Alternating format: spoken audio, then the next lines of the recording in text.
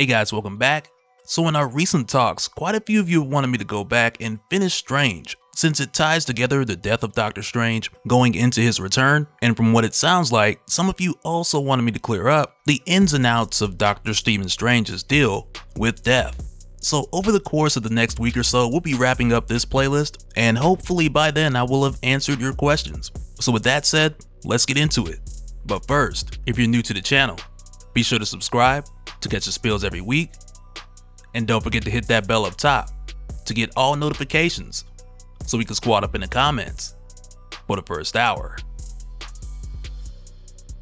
Alright, so as a bit of a brief recap, this series is the follow-up to The Death of Doctor Strange, which we also covered, and I have that link down below, just below the like button. But since that conclusion, heading into this series, we learned that he did a bit of secret sorcery to make Clea Strange, his wife, the next Sorcerer Supreme, which traditionally shouldn't have been possible. But much like we've seen before, Dr. Stephen Strange finds these loopholes, which is precisely how he made this happen, because when he died, he left a portion of his soul with Clea. But the reason why Stephen did this, it was to keep other nefarious characters from stepping into the title of Sorcerer Supreme, like Doctor Doom for example, who we saw in issue 1 pop up at the Sanctum Sanctorum, dropping all kinds of objections. Because on the surface, Clea becoming the Sorcerer Supreme seemed like an illegitimate claim. But from the time that she became Sorcerer Supreme of Earth, because she was already Sorcerer Supreme of the Dark Dimension, but from the time that she took over for the late Dr. Stephen Strange, her main focus has been to get her husband back. But finding that solution has been anything but straightforward, with her running into the likes of the Blasphemy Cartel, who's like your magic-based terrorist group, who initially seemed to have just come out of nowhere, resurrecting dead superhumans like Shadow Knight and Thunderstrike for reasons that Clea hasn't been able to figure out yet. But as a result of these deceased heroes returning, and it requiring an insane number of souls to do so, this caused Mistress Death to send forward her newly appointed Sorcerer Supreme, who we discovered in our last talk was actually the deceased Dr. Stephen Strange, because after his death in the previous series, he struck a deal with Mistress Death where he agreed to get to the bottom of this in exchange for getting his life back. But at this point, with Clea just realizing that the harvestman has been Stephen this whole time, she doesn't get to ask him all the questions that she wants to ask him at first, because they're attacked by another revenant, and this time around it's the deceased William Foster, aka Goliath. And of course, Clea teams up with Stephen to take the revenant Goliath down, but the whole time through this fight, a number of things are going through her mind, because for starters, she thinks back on all the times that they fought together and how well they worked together, as well as do other things together, because over the years the two of them had just had a rhythm. And even though it's been quite some time since she lost him, in this moment they come together as if he had never left. But rather quickly, these thoughts and memories and emotions, they bubble up to the surface for Clea. So she takes Stephen's scythe and she ends this, because again, it's been some time and there's a lot of questions that she needs answered. But initially when she approaches Stephen to hold him and tell him how much she misses him, instead of embracing her, he tells her she has to stay back because the magic that she wields as Earth's Sorcerer Supreme and the power that he's been given by Mistress Death, they sit in opposition, like a negative and a positive, like matter and antimatter. So if they were to so much as touch, the results could be catastrophic. And he goes on to tell Clea that he didn't want to keep this from her, but the truth is he was afraid that he might fail his mission. So for that reason, he didn't want to get her hopes up, because again, his deal with death was if he succeeds, he can get his life back, and he wasn't exactly sure if he could pull it off. So Clea just tells him, let's go back home to the Sanctum, talk to Wong, we'll scheme, we'll plan, we'll figure it out. And also, just as another reminder, earlier in this series we saw Wong doing a bit of investigating on his own when he discovered that some of his memories were missing. So with Jean Grey's help to unblock a portion of it, along with a little bit of Mysterium, he was able to track down Pandora Peters, who at one point was director of WAND, S.H.I.E.L.D.'s Wizardry, Alchemy, Necromancy department. And at the time he confronted her, asking her why is it that no one remembers WAND, and how is it that the Blasphemy Cartel is using WAND equipment, which led to us getting the reveal that the Blasphemy Cartel is WAND. And we'll learn more about how WAND was taken down and how what was left of it became the Blasphemy Cartel as this series comes to a close. But right now, as Stephen and Clea are making their way back to the Sanctum, we head over to the Blasphemy Cartel's main headquarters, where we find Agent Nobody 84 reporting to the leader of the Blasphemy Cartel, Director Nunn. And all we're really told here before we go too deep into it is that their Lazarus project, which is what they've been using to bring forth and control these undead superheroes, is that it had an 87% chance at deterring the harvestman before he can get close enough to find out what they were up to. But then Clea showed up and that number dropped exponentially, because she's a wild card that they weren't ready for. But Director Nunn tells Agent 84 that he's not worried about her, because there's a Trinity who he made a deal with, and it wasn't the Vishanti, who at this point he just refers to as the management. And in a very cryptic way, he just tells Agent 84 that magic has a price, so does spycraft. The first time I spoke to management, the things they showed me, if I had a sense of identity, it would have destroyed me. I had to pay a price for their patronage, for them to show me the way. I needed to become what I had to, for the great work, which is really just him saying that he gave up his identity to get help from this group to make all of this possible, as they stand in front of this door that says Lazarus Project, Revenant Prime, which we'll learn more about as this story builds up and all the secrets unfold. Because right after this, when we go over to the Sanctum Sanctorum, we see Doctor Strange giving big hugs to Wong, Pandora, and he's petting bats. So of course, Clea's off to the side like, would be nice if I could get a hug or something.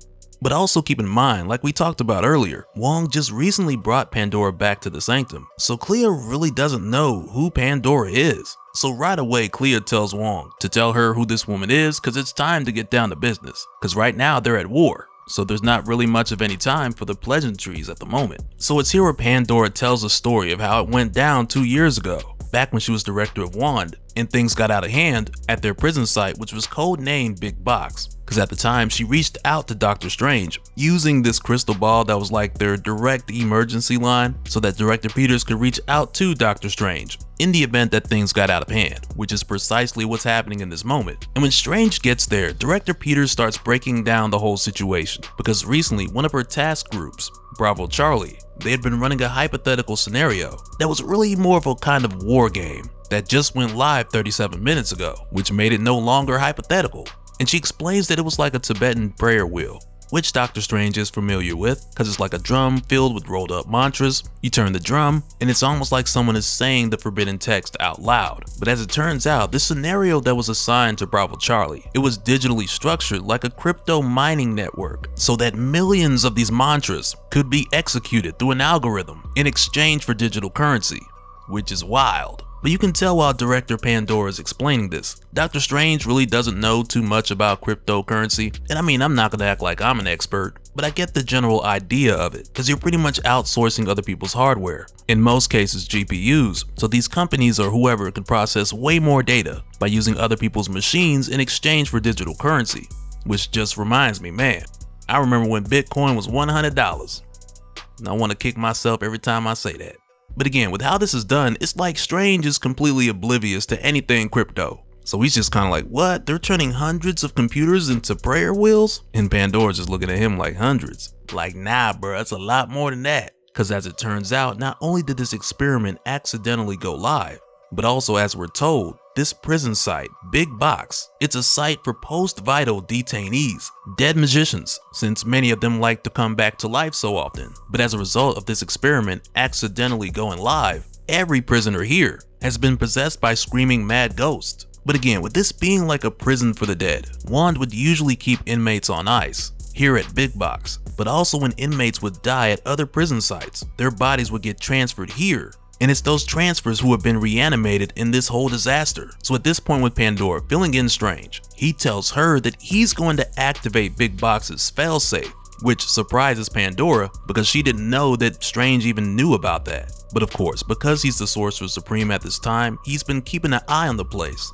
And though he doesn't fully understand all the ins and outs, he has been able to figure out some things. So Pandora leaves him another communication crystal, she wishes him luck, and she lets the doctor work his magic. So what Strange ends up doing, since Wand uses a combination of the mystic arts combined with technology, since Strange isn't too savvy with the tech, he used the communication crystal to speak through it to the failsafe system while simultaneously communicating with its magic, which effectively had him walking in two worlds at the same time. But by way of doing this, him and the failsafe were able to come to an agreement so that it would activate and send the Big Box along with the number of its undead to the dark dimension, where they could just sort out a number of their differences with the mindless ones.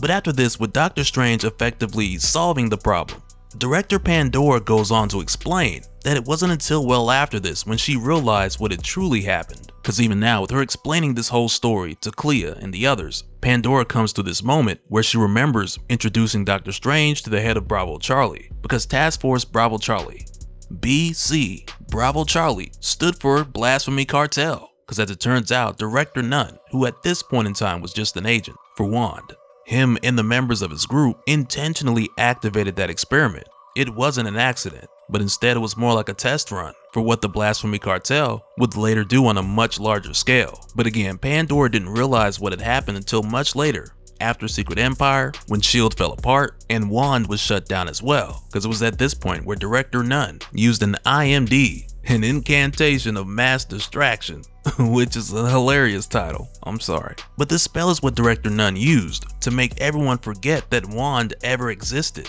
at the cost of his own identity, which is how he became Director No One. And the only reason that Pandora was able to still remember all of this is because she covered her tracks and laid low just after Secret Empire, back when the Blasphemy Cartel was still attempting to increase their numbers by recruiting more people from Wand and killing those who refused to follow their new leadership, which is what then sent Detective Peters on the run, and it's why she made her way to the Shrouded Bazaar, laying low as a bartender. And from here, this is where she goes on to tell Clea.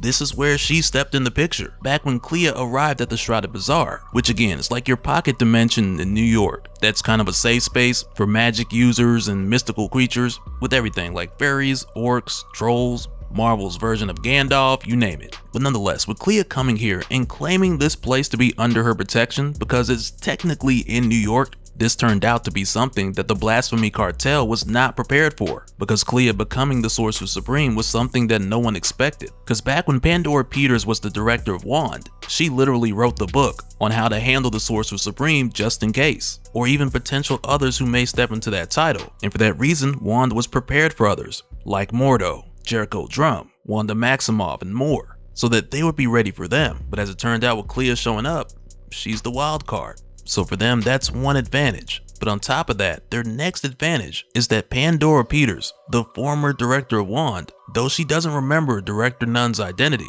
she does remember the location of the Blasphemy Cartel's main headquarters. So that's where they're all going to be heading next, to shut this whole thing down and give Dr. Stephen Strange his life back. And so now real quick, I want to give a special shout out to all the patrons. Thank you guys for all of your support. And for anyone who's new here who wants more information on how to support the channel, I got a link below where you can go to patreon.com/DopeSpill. But that'll do it for this one, guys. Let me know your thoughts down in the comments below, and we'll do it again on the next one. Alright, later.